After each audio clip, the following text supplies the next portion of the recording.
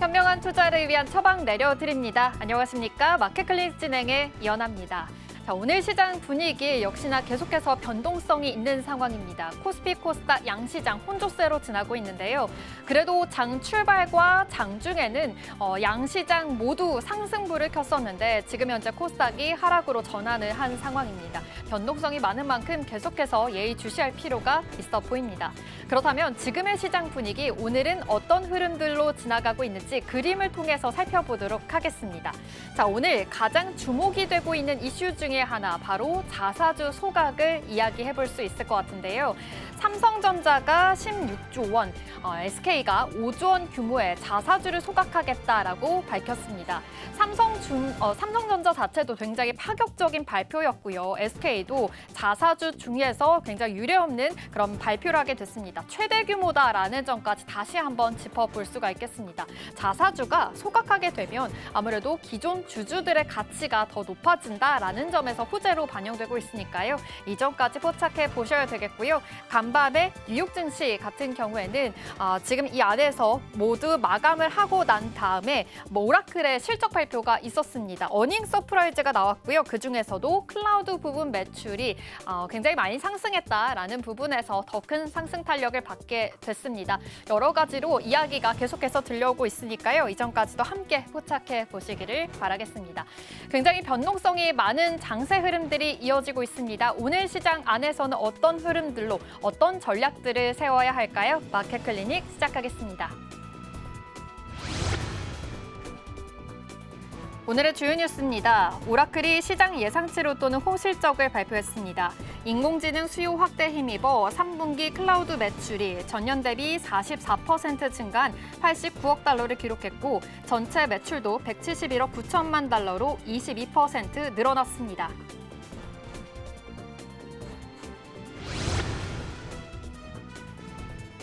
인터배터리 2016이 서울 코엑스에서 개막했습니다. 배터리셀 3사를 포함한 국내외 667개 기업이 참가한 가운데 에너지 저장 장치와 전고체 배터리 등 차세대 기술이 집중 공개됐습니다.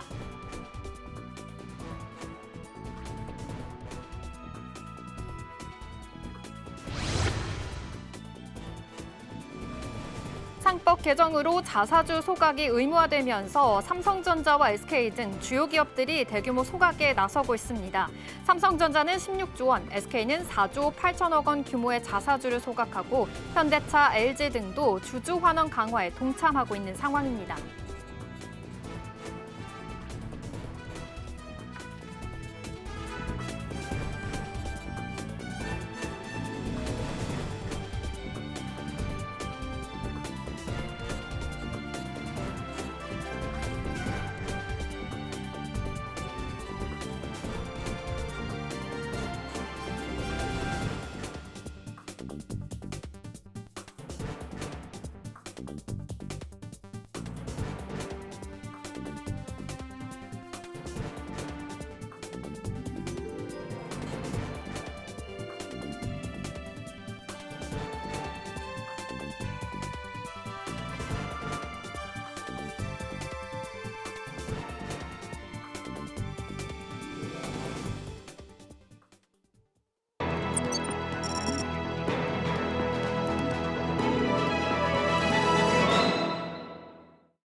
시장을 흔드는 가장 큰 파도죠. 머니플로우 시간으로 넘어가 보겠습니다. 오늘은 기업공시연구소 변영희 대표와 함께하겠습니다. 어서 오십시오. 네, 고맙습니다. 네, 오늘 시장 분위기가 일단은 혼조세입니다. 코스닥이 지금 현재 하락으로 돌아선 상황인데요. 변동성이 여전히 계속 이어지고 있는 상황입니다. 요즘에 급락들도 계속 이어졌었잖아요. 그러다 보니까 이럴 때 저가 매수 기회인가 하고 개인들의 자금이 좀 들어왔습니다. 지금 개인이 13조 넘게 순매수하는 흐름들로 나타나게 됐고요. 조금 더 종목을 보니까 반도체 대형주였습니다.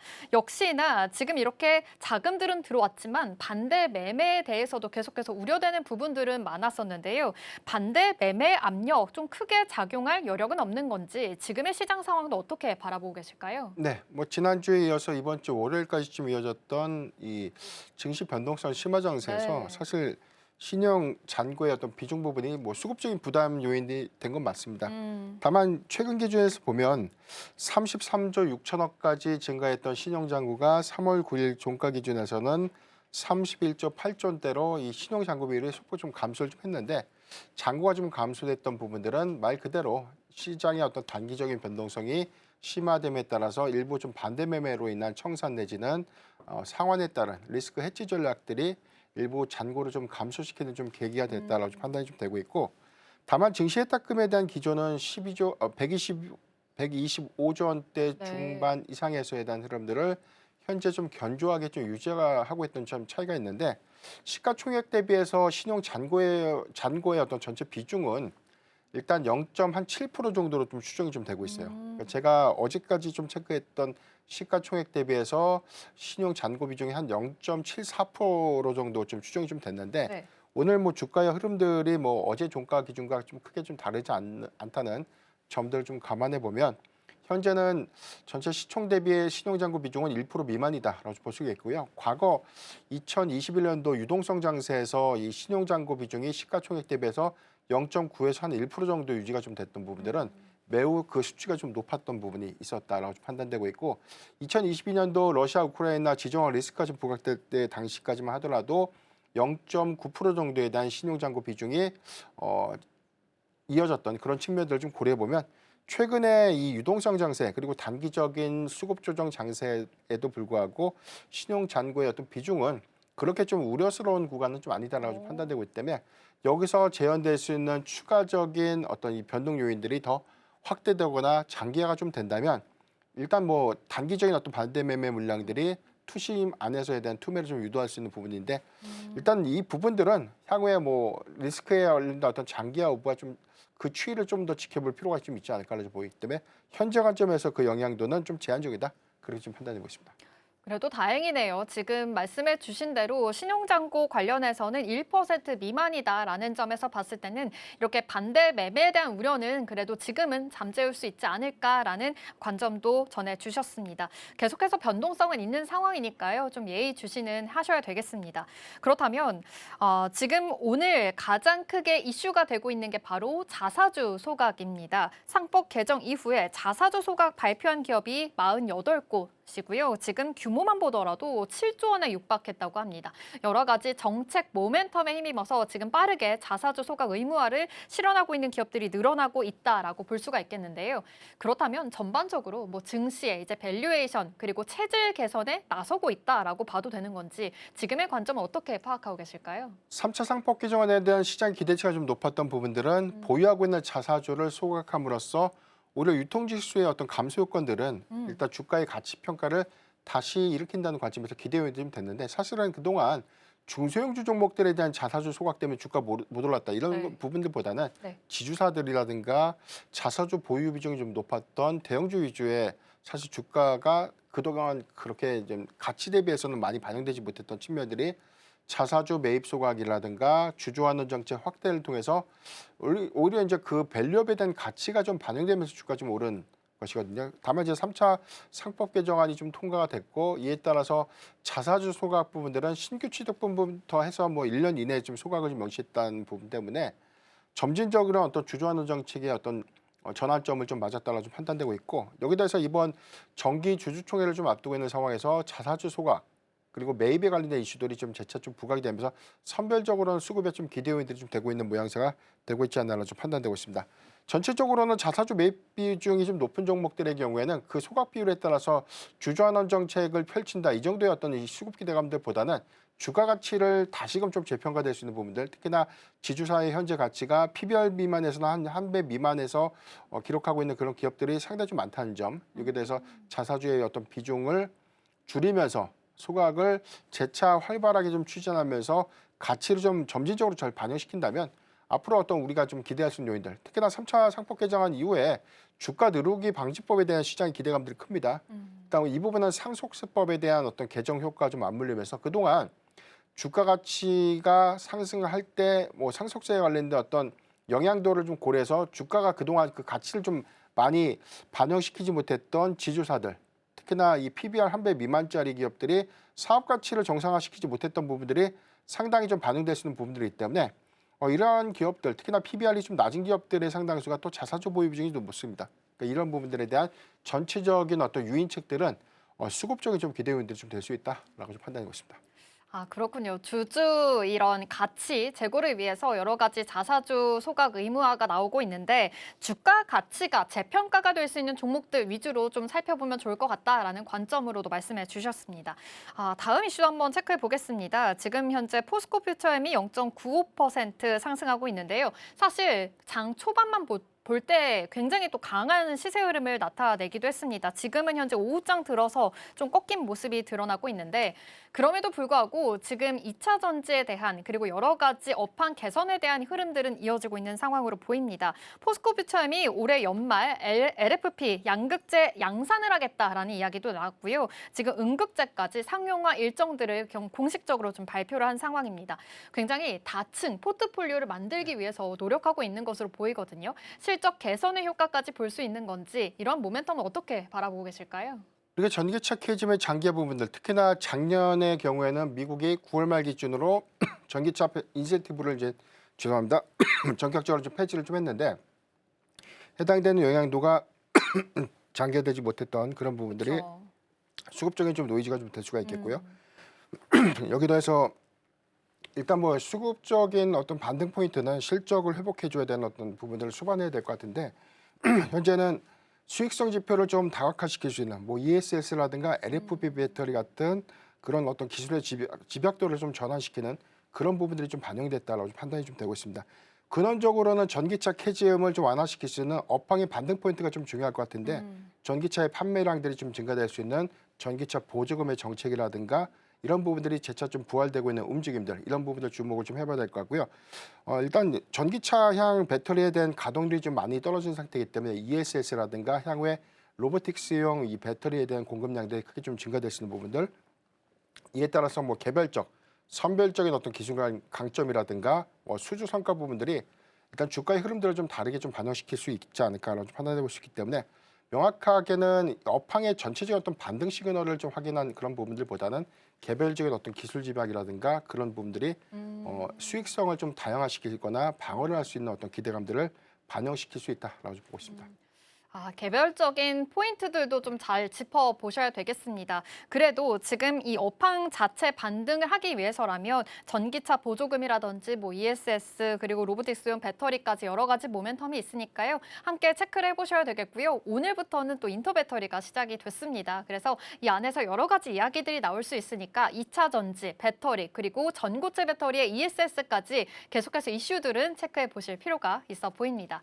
그렇다면 본격적으로 오늘 키워드들 살펴보려고 합니다. 첫 번째 키워드부터 만나보겠습니다. 네, 첫 번째 키워드는 반도체 주도력 관련해서 지속될 수 있을지 GTC 앞두고 기대가 확산된 상황입니다. 전략들 세워보겠습니다.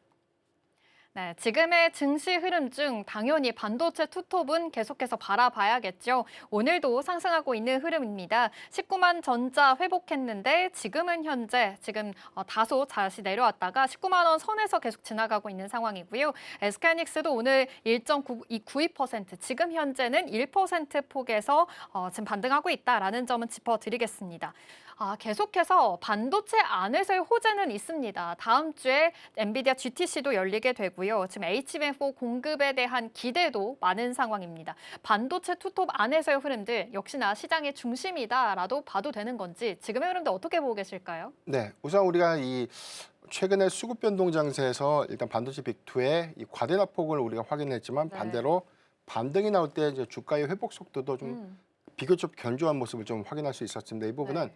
단순한 수급적인 기대감을 좀 넘어서 사실 뭐 사이클 기조라든가 펀더멘탈의 훼손이 아니었기 때문에 이런 부분들이 수급적인 충분한 좀 기대 요인들을 유의하지 않나라고 보고 있습니다. 전체적으로 우리가 최근 영업이익 추정치가 재차 좀 상향 제시가 좀 되고 있는데 1분기 실적도 일단 뭐 전체 한 최근 3개월 대비해서는 굉장히 큰 폭의 상향 제시가 좀 됐는데 상당 기준에서는 최근 뭐 30조 원대 중후반까지 영업이익에 대한 어떤 전망치가 좀 올라가고 있는 부분들. 연간 영업이익 추정치는 뭐 삼성전자 기점에서 보면 200조까지 좀 제시가 되는 부분들이기 때문에 작년 연간 영업이익을 40조로 좀 환산했을 때 삼성전자의 올해 3분기까지에 대한 1분기까지에 대한 어떤 추정 영업이익치를 보면 거의 1년 영업이익치와 좀 유사한 수준까지 오. 올라갈 수 있다는 기대감들은 네. 재차 유효할 수 있지 않을까. 여기 더해서 다음 주 뭐 GTC 2016 같은 어떤 AI 어떤 견조한 수급 기조를 다시 한번 좀 확인해 볼 수 있는 어떤 계기. 그다음에 뭐 삼성전자, SK하이닉스의 뭐 주주총회를 통해서 증설 투자에 관련된 키워드, HBM4에 관련된 수요를 안정한 전략 같은 것들은 충분한 좀 기대 요인들이 좀 될 수 있겠고요. 특히나 뭐 삼성전자의 경우에는 파운드리 부분에 대한 가치가 아직 뭐 반영되지 못했죠. 이 부분은 TSMC와 상당히 좀 벌어진 격차를 일단 뭐 애플이라든가 테슬라 같은 기업들에 대한 수주 성과와 힘입어서 올해는 실적 턴 어라운드의 뭐 원인이 좀 될 수 있는 그런 부분들은 충분한 어떤 기대 요인들은 될 수 있기 때문에 파운드리 부분에 대한 성과라든가 수익 지표가 명확해지는 그런 구간이라면 삼성전자의 추가적인 어떤 주가 반영 속도는 조금 더 가파르게 반영될 수도 있겠다라고 좀 판단해 보겠습니다. 역시나 실적 지금 개선에 대한 기대감은 있는 상황입니다. 말씀해 주신 대로 삼성전자 같은 경우에는 파운드리가 더 지금 활발하게 이루어지게 되면서 실적에 대한 모멘텀이 더 올라갈 수 있다라는 점은 주의 깊게 보셔야 되겠고요. 지금 현재 뭐 증설에 대한 키워드도 계속해서 있는 상황이고 다음 주에는 또 주주총회까지도 예고가 되어 있습니다. 그리고 뭐 3월 말에는 잠정 실적 발표에 여러 가지 좀 이벤트들이 있으니까요. 일정까지도 함께 보셔야 되겠습니다. 그렇다면 다음 주에는 아무래도 엔비디아 GTC가 있기 때문에 이 점에도 또 주목을 해봐야 되겠죠. HBM4가 공개가 될 예정이라고 하고요. SK 최태원 회장이 직접 방문을 한다고 합니다. 그럼 여러 가지 이제 더 협동에 대해서도 더 이야기가 많이 나올 수 있을 것 같은데 지금 현재 GTC 바라볼 수 있는 그런 관전 포인트는 어떻게 되고 지금 이 안에서의 흐름들은 어떻게 체크를 해보면 좋을까요? 예, 이번 GTC 2016의 경우에는 지난 CES 2016에서 언급됐던 이 벨라루빈에 대한 공개 부분, 네. 플랫폼에 대한 초기 공개가 있었고요. 이번 GTC에서는 뭐 세부 스펙이 좀 공개가 되죠.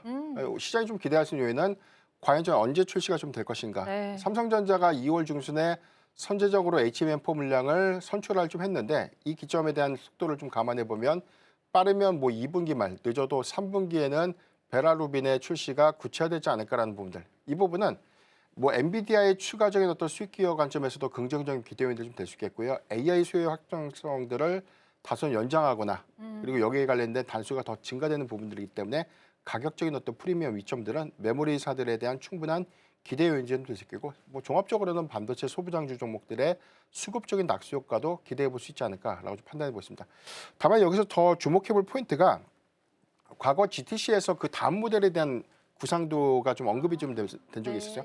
벨라루빈의 상용화 시점이 임박하다 보니까 그 다음 모델은 어떤 것이 좀 나을 것인가. 그래서 좀 예측되고 있는 부분이 파인만이라고 좀 불리고 있는 차세대 칩에 대한 기대감. 이 부분이 이번 이 GTC를 통해서 세부적인 어떤 내용들, 개발 전략들이 좀 구체되지 않을까라 좀 전망되고 있는데 사상 처음으로 1나노 공정이 적용이 됩니다. 그러니까 우리가 1나노 공정에 대한 어떤 칩 부분들은 초미세 공정이라는 부분들. 그래서 이제 장비주들의 경우에도 상당한 어떤 기술 고도화가 반영이 좀 돼야 되는 부분들, 메모리에 대한 또 설계 기준에다가 뭐 양산 기준에 관련된 부분들도 굉장히 좀 치밀해지는 그런 부분들이기 때문에 초미세 공정에 관련된 내용들은 장비주들의 상당한 좀 수혜가 좀 될 수 있겠고 그동안 뭐 HBM에 대한 어떤 구현 효과들보다는 더욱더 이 제품에 대한 스펙 요구가 좀 다양해지는 그런 부분들을 좀 감안해 보면 한미 반도체 같은 기업들, 뭐 빅다이 본더라든가 TC 하이브리드 뭐 TC 본더 같은 그런 장비들의 어떤 이 기술 고도화 그리고 양산 가시화 부분들은 상당한 좀 수혜가 좀 될 수 있겠다고 좀 보고 있고요. 우리가 미세 공정 관련 종목들에 대한 수요량들은 차기 공정에서 적용될 수 있는 채택 가능성이 있기 때문에 반도체 장비주들에 대한 옥석 부분들은 삼성전자 또는 SK하이닉스양 밸류체인 종목 안에서 충분한 어떤 수급적인 이점을 좀 구상할 수 있지 않을까라고 보기 때문에 이번 이 엔비디아 GTC의 경우에는 사실 차세대 칩에 대한 기대 요인들 좀 주목을 해봐야 될 것 같고 특히나 뭐 우리가 피지컬 AI 부분들 좀 논의를 하더라도 두 가지의 어떤 개발 방향이라든가 상용화 전략들 이런 것들은 AI 소의 연장선 관점에서 충분한 좀 기대 요인들이 될 수 있다라고 보고 있습니다. 아, 그렇군요. 지금 차세대가 계속해서 나오고 있는데 이제 GTC에서 공개될 또 다음 차세대치까지 노려봐야 되는 상황인 것 같습니다. 베라 루빈 다음 세대는 어떤 건가? 지금 파인만 이야기도 해주셨는데요. 지금 1나노 공정이 적용이 된다고 합니다. 메모리 설계에 이어서 뭐 양산까지 여러 가지 기준들이 나올 예정이라고 하니까 이 점은 더 눈여겨봐야 되겠습니다. 자, 그렇다면 지금 반도체 투톱 이외에도 낙수 효과를 볼 수 있는 기업들이 굉장히 많다라고 살짝 언급은 해주셨는데 밸류체인도 좀 궁금합니다. 이렇게 대형주만 봐도 괜찮은 거지 아니면 지금부터 이렇게 낙수 효과를 볼 수 있는 중소형주 딴에서의 시선도 돌려봐야 되는 건지 지금의 포인트 어떻게 잡아보면 좋을까요? 사실 지정할 리스크가 없고 대형주의 수급이 굉장히 좀 견조했다가 다소 좀 쉬어가는 양상을 좀 보였다면 코스닥 액티브 ETF 출시 기간과 좀 맞물리면서 반도체 소부장주의 탄력도가 아마 좋아졌을 것이다라고 좀 판단이 좀 되고 있는데 현재의 지정할 리스크라든가 수급 변동의 상황들을 고려해 보면 중소형주보다는 그래도 대형주 위주의 어떤 종목 편입이 좀 유효하지 않을까. 삼성전자, SK하이닉스를 좀 제쳐봐야 되는 경우가 오늘같이 뭐 시장에서 호르무즈 해협에 대한 어떤 이 공격 이슈가 시장의 수급으로 좀 이어지면서 오장 일단 뭐 상승폭을 좀 반납하는 모습이 좀 나오고 있지 않습니까? 그럼에도 불구하고 코스닥 소부장주 종목들보다는 삼성전자, SK하이닉스의 흐름이 비교적 견조한 부분들, 수급의 이점들을 좀 고려할 때 현재 어떤 이 매수 시점은 삼성전자, SK하이닉스. 그래서 우리가 1분기 실적이 관련된 기대감까지 우리가 좀 바라보는 전략이 유효하지 않을까라고 좀 부연드리겠습니다. 네, 좋습니다. 삼성전자 대형주 위주의 좀 장세일 수 있고 여러 가지 모멘텀까지 함께 체크해 주셨습니다. 반도체 관련해서도 이야기 나눠봤고요. 지금 현재 4시 20분 구간입니다. 동시호가 어떻게 흘러가고 있는지 시황센터 연결해 보겠습니다.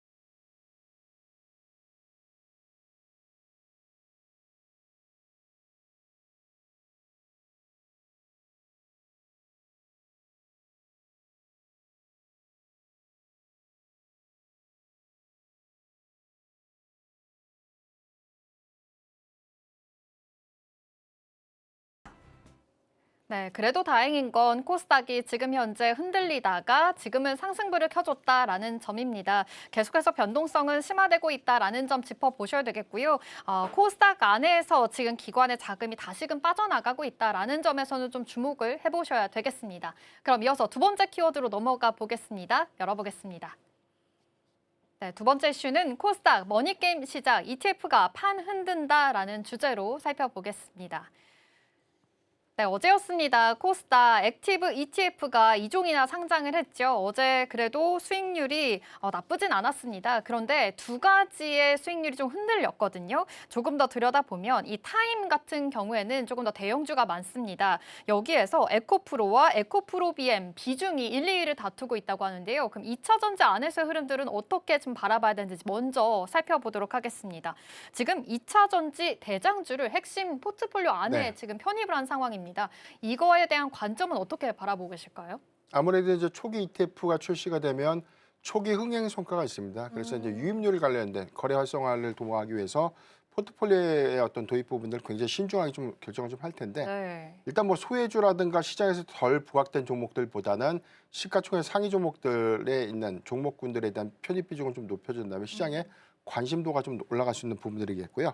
일단 뭐 삼성자산운용의 액티브 ETF 펀드의 경우에는 일단 1, 2종목에 대한 편차가 좀 다르죠. 타임폴리오의 경우에는 에코프로와 에코프로비엠2를 뭐 시총 전체 어떤 포트 비중의 1, 2위로 좀 편입을 했는데 비율을 보면 일단 에코프로가 9.7%, 에코프로비엠이 한 6.7% 정도 좀 추정이 좀 되고 있어요. 그러니까 해당되는 전체 비중을 기초자산 500억 정도로 좀 환산을 해보면 네. 에코프로의 기초 편입액은 한 45억 분이 되지 않습니다. 그러니까 그 규모는 좀 미미한데 네. 일단 이 부분에서는 우리가 좀 주목해 볼 수 있는 게 액티브 ETF는 공격적인 어떤 투자성이 좀 보인다는 것이죠.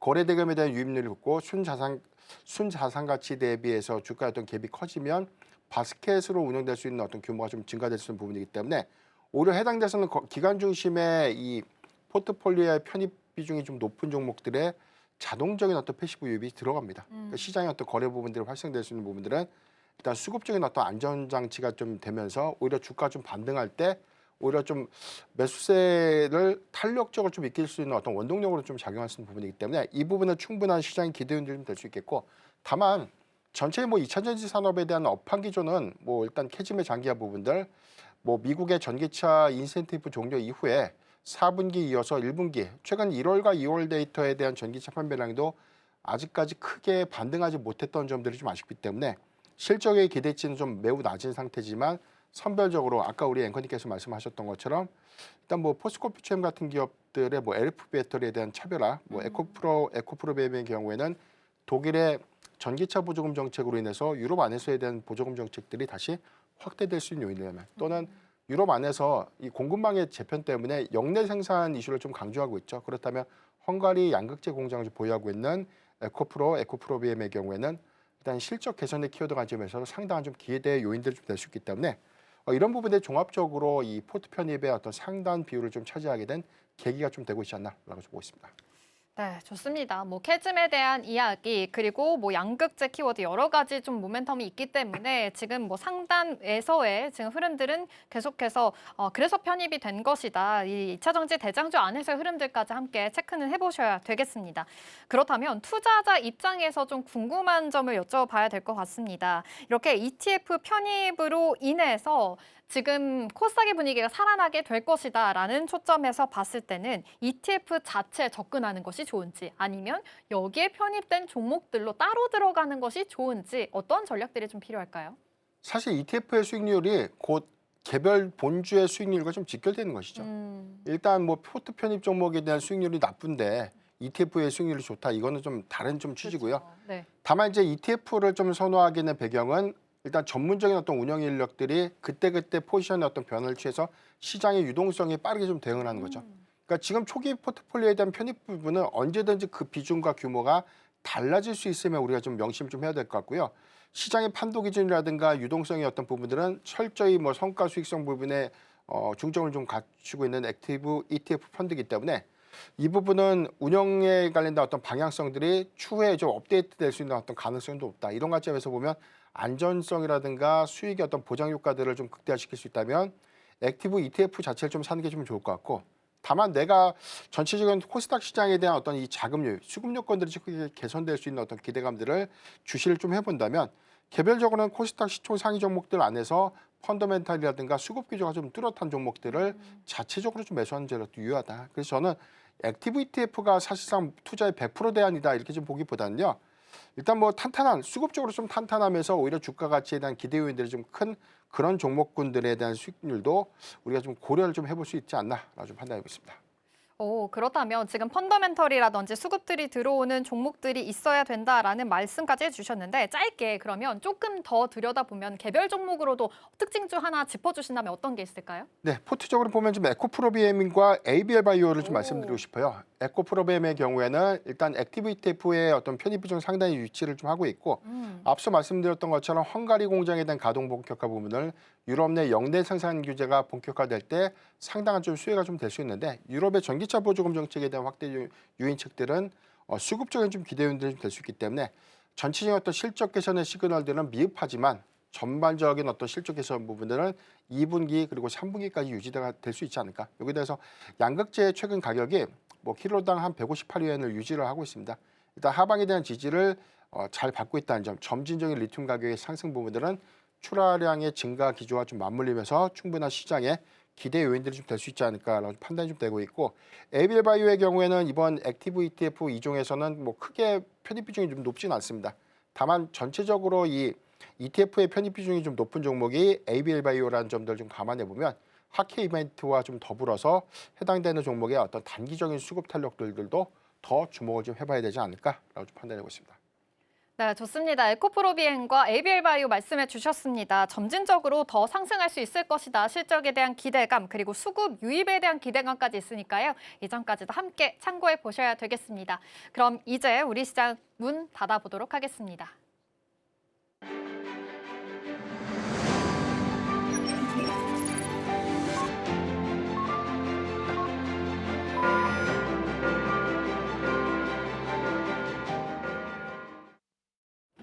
네, 3월 11일 수요일 우리 시장 정규장 마감했습니다.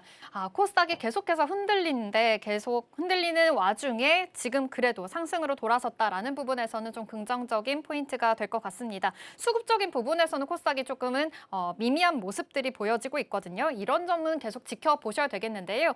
그렇다면 지금의 마감 상황과 내일장의 전략들은 어떻게 세워봐야 되는지 마지막으로 질문 드려보겠습니다. 네, 오늘 뭐 비교적 오전장부터 한 오후장 초반까지만 하더라도 비교적 수급 기조가 좀 견조했습니다. 네. 다만 주가가 좀 일시적으로 좀 하락 전환됐던 포인트를 좀 살펴보니까 네. 호르무즈 해협에서 화물선이 좀 공격을 받았다는 보도가 있었죠. 이런 부분들이 지정화 리스크가 다시 좀 재현되지 않을까, 유가가 다시 급등하지 않을까라는 우려감으로 좀 작용하지 않았나. 그러니까 말씀드린 것처럼 아직은 이란의 지정화 리스크가 명확하게 해소가 좀 된 것은 아니다. 그래서 적극적인 어떤 이 매수 절차를 좀 가져가는 것은 다소 좀 보수적인 스탠스를 유지하는 것은 맞지만 그럼에도 불구하고 추가적인 조정이 좀 나와진다면 반도체 빅2를 비롯한 시가총액 상위 종목군들에 대한 낙폭을 매수의 기회로 활용해 볼 수 있지 않을까라고 판단되고 있고 내일은 선물 옵션 동시 만기일이죠. 그렇기 때문에 오늘 일부 오후장의 수급 탄력도가 좀 떨어졌던 원인들은 내일 수급 변동에 관련된 일부 포지션에 대한 어떤 해치 전략들이 작용하지 않았나라고 좀 판단되고 있고 내일 시초장에서에 대한 흐름은 이란의 지정화 리스크와 좀 더불어서 일단 선물 옵션 동시 만기에 따른 수급적인 어떤 변동성은 유의를 좀 해봐야 되는 구간이 아닌가라고 좀 조언드리겠습니다. 네, 좋습니다. 계속해서 지정학적인 리스크로 인해서 변동성이 많은 증시 흐름들이 나타나고 있습니다. 코스닥의 분위기도 그래서 점점 더 낙폭을 그렸다라는 점 짚어주셨으니까요. 이 속에서의 변동성 주의 깊게 보셔야 되겠고요. 내일이 선물 옵션 만기일이다라는 점까지 짚어주셨으니까 투자 포인트 잘 짚어보시기를 바라겠습니다. 지금까지 기업경시연구소의 변용인 대표와 함께했습니다. 고맙습니다.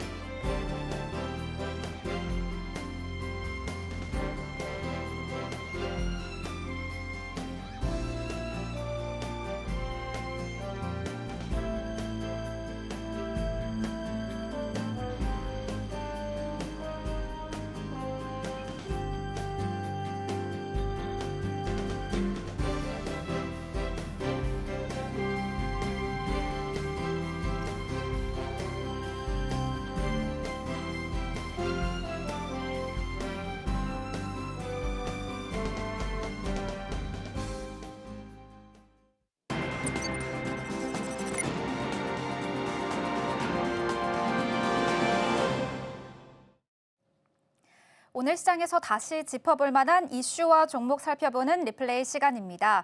지난주에는 지정학적인 리스크로 인해서 전체적으로 하락 장세가 이어졌었는데요. 특히나 중동 지역에서 상당한 점유율을 가지고 있었던 국내 완성차 업체들 그 타격을 받을 수밖에 없었습니다. 다만 이번 주에 들어오면서 이 유가가 일부분 안정이 되면서 다시 현대차와 기아 같은 국내 완성차 업체들 다시금 상승 모멘텀 나타나고 있는데요. 그렇다면 이렇게 상승 탄력 받고 있는 현대차 관련해서 또 어떤 이슈들 있는지 한 번 더 체크해 보도록 하겠습니다. 첫 번째는 완성차 이 본업 관련된 소식인데요. 현대차 그룹은 지난해 영업이익 기준 글로벌 시장에서 2위까지 올라섰습니다. 판매량 기준으로 한다라면 글로벌 시장에서는 이 3위 수준이기는 하지만 그럼에도 이 수익성 측면에서는 독일의 폭스바겐을 넘어섰다라는 측면에서 시장의 관심 계속해서 받고 있습니다. 특히나 지난해 기준 20조 원을 달성했다라는 부분에서 폭스바겐 15조 원을 훨씬 더 뛰어넘은 부분이 보이고 있는데요. 이 반면 미국의 자동차 관세 이슈 등으로 이 외부 변수 속에서도 비교적 빠르게 대응했다라는 평가가 함께 나오고 있습니다. 특히나 재고 소진 속도 그리고 생산 물량을 유연하게 조정했다라는 부분에서 굉장히 부각을 받았고요. 여기에 친환경 차로서의 판매 전략 확대까지 함께 부각을 받고 있습니다. 이어서 자율주행 상용화라는 키워드까지 함께 현대차와 나타나고 있는데요. 현대차 그룹의 자율주행 합작 법인인 모셔널은요, 올해 말 무인 로보택시 상용화를 목표로 준비를 하고 있습니다. 특히 현재 미국 라스베이거스를 중심으로 자율주행 서비스 상용화를 위한 테스트 그리고 데이터 수집이 진행이 된다라고 하는데요. 특히 최근 자율주행 기술 개발 방식에도 큰 변화가 나타나고 있습니다. 이 모셔널은 자율주행 시스템 구조를 기존 방식에서 벗어나 이제 AI 중심 구조로 재설계했다라고 하는데요. 여기에 생성형 AI 기반 기술인 거대 주행 모델도 도입하면서 복잡한 도심 환경에서도 보다 정교한 주행이 가능하도록 기술 발전을 시키고 있습니다. 또 현대차는 아이오닉 5 기반 로보택시 양산 계획도 추진하고 있는데요. 자율주행 차량 생산 그리고 서비스 운영을 동시에 추진하는 구조라는 점이 더욱더 부각이 되고 있습니다. 이렇기 때문에 현대차 이 단순 차량 제조를 넘어 이제는 자율주행 서비스 사업까지 확대할 수 있다라는 부분 시장에 관심 받고 있습니다. 이어서 최근 현대차 같은 경우에는 피지컬 AI로 함께 주목을 받고 있는데요. 최근 글로벌 자동차 산업은 이제 단순 제조뿐만 아니라 AI 기반 모빌리티 사업으로도 전환을 하고 있습니다. 현대차 역시 이러한 변화 흐름 속에서 빠르게 적용을 하고 있는데요. 그렇기 때문에 이 AI 모빌리티 사업에도 집중을 하고 있습니다. 특히나 이 로보틱스 인공지능 기술에 대한 투자를 더욱더 확대하고 있는데요. 이 대표적인 게 바로 휴머노이드 로봇입니다. 현대차와 함께 보스턴 다이내믹스를 중심으로 로봇 기술을 개발하고 있고요. 향후 이 로봇을 생산 환경 또 현장에도 투입할 것이라는 계획 보여주고 있습니다. 여기에 또 하나의 협력 소식들까지 주목을 해봐야 됩니다. 이번 주에 이제 다음 주에 있을 GTC 2026을 앞두고 있는데요. 여기에 이 삼성전자와 SK하이닉스뿐만 아니라 현대차까지 함께 들어간다라는 소식이 들어왔습니다. 그러면서 시장은 또 현대차에도 관심을 갖고 있는데요. 이번 행사에서는 자율주행과 이 로보틱스를 아우르는 피지컬 AI 기술 전략이 주목받을 것이다라고 예상이 됩니다. 업계에서는 현대차가 이 엔비디아의 자율주행 AI 플랫폼 도입을 검토하고 있는 만큼 향후 이 자율주행 기술 협력이 더욱더 확대될 가능성이 높다라고 보고 있습니다. 이렇게 현대자동차 같은 경우에는 완성차 본업뿐만 아니라 자율주행과 미래 전략이라는 여러 가지 키워드까지 함께 가지고 있는데요. 현대차의 다각화된 포트폴리오 시장에서 계속해서 집중해 보셔야겠습니다. 지금까지 리플레이 시간이었습니다.